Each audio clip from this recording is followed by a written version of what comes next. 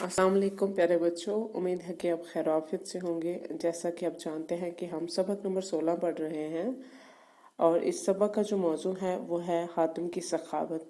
हमने जो शुरू की जो वीडियो बनी थी इस सबक के हवाले से हमने उसमें पढ़ा था कि बच्चों की मिना समाजत के बाद जो दादी है बच्चों की वो कहानी सुनाने के लिए तैयार होती हैं। तो उन्हें वो कहती हैं कि ना अरब में एक कबीला था, तय नाम का कबीला। उस कबीले का सरदार हातिम था जो बहुत ही सखी, बहुत ही अच्छा इंसान था। लेकिन जो कि अरब का बादशाह था, उसका नाम नौफल था, वो इसकी शहरत से जलता था, हातिम की शहरत से।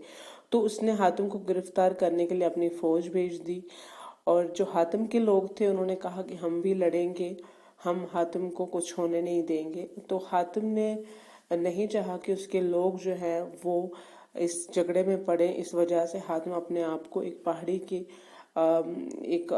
की कोह यानी कि एक गार में छुपा देते हैं अपने आप को। यहाँ तक हमने पढ़ा था। तो आज हम शुरू करने जा रहे हैं सफ़ा नंबर 112 का लास्ट पैराग्राफ जो है वहाँ से हम शुरू करने जा रहे हैं। तो चलिए शुरू करते हैं। जब नौफल को हातिम की रूपोशी की खबर मिली तो उसने मनादी करा दी कि जो शख्स हातिम को पकड़ कर लाएगा उसको 500 सोने की अशरफियां अनाम में दूंगा।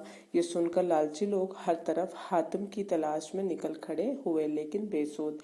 कहते हैं कि जब नौफल बादशाह को पता चला कि हातिम गायब हो गया, रूपोश यानी कि गायब हो गया है, तो उसने ऐलान करवा दिया, मनादी करा दी यानी कि ऐलान करवा दिया कि जो शख्स हातिम को पकड़ कर लाएगा उसको मैं 500 सोने की अशरफियां इनाम में दूंगा। यानी कि उस वक्त पैसे नहीं हुआ करते थे, उस वक्त सोने की अशरफियां हुआ करती थी। तो उन्होंने इनाम, अब ये इनाम का सुन के लोग जो है लालची लोग वो हातिम की तलाश में निकले, लेकिन उन्हें कोई फायदा नहीं हुआ क्योंकि हातिम उनको मिला ही नहीं। एक दिन ऐसा इत्तेफाक हुआ कि एक मुफलिस बूढ़ा अपनी बीवी और बच्चों के साथ जंगल में लकड़ियां चुनने के लिए उसी गार के नजदीक पहुंच गया। बच्चे नंगे पैर थे और छोटे बच्चे के पैर में एक जंगली कांटा चुभ गया। तो इत्तेफाक से क्या हुआ कि एक दिन एक बूढ़ा शख्स अपनी बीवी और अपने बच्चों के साथ जंगल में लकड़ियां चुन रहा था। तो उसका जो छोटा बच्चा था वो सभी नंगे पाँव थे। छोटे बच्चे के पाँव में एक कांटा चुभ जाता है तो बच्चे ने चीख मारकर जोर जोर से रोना शुरू किया।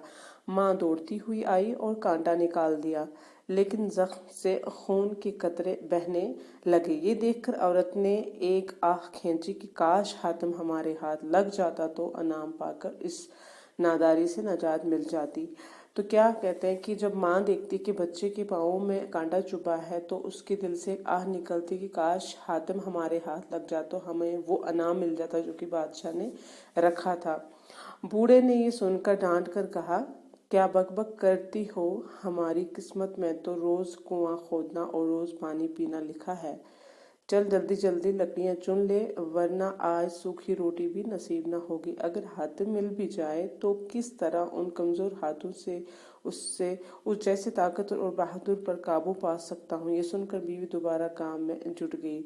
तो उसके जो शौहर थे उसने बूढ़े शख्स ने यानी कि बूढ़े शख्स ने अपनी बीवी को कहते कहते ये रोक दिया कि हमारी किस्मत में तो हमेशा यही है कि हम मेहनत करेंगे तभी हम खाएंगे, तो इसलिए अपना काम करो।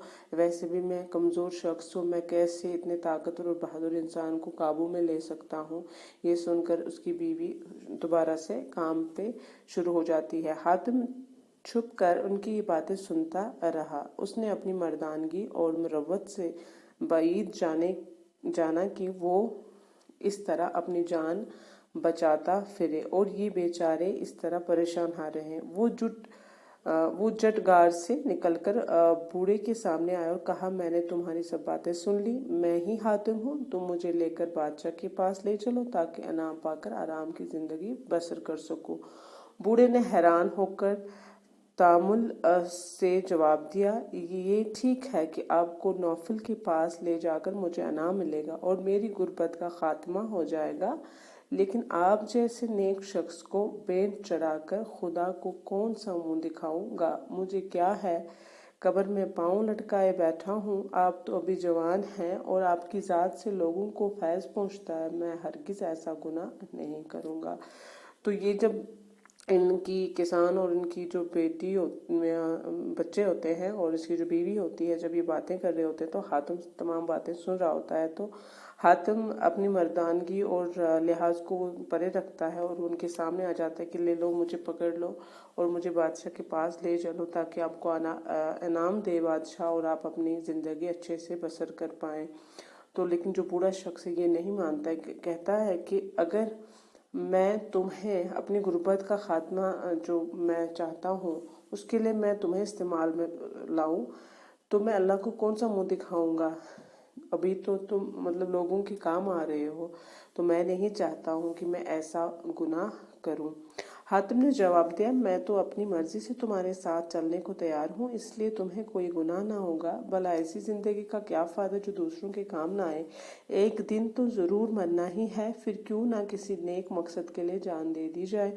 लेकिन बूढ़ा किसी तरह राजी ना हुआ। हातिम उसको कहता है, समझाता है कि मुझे तो मरना ही है एक ना एक दिन, लेकिन अगर मैं आपके फ़ायदे के लिए इस्तेमाल हो जाऊं तो ये तो बहुत नेक काम है, नेक मकसद से जान जाएगी मेरी। लेकिन बूढ़ा बिल्कुल भी राजी नहीं होता है ये सब सुन के। तो ये था आज का सबक, दूसरा हिस्सा इसका, हातिम की सखावत। शुक्रिया।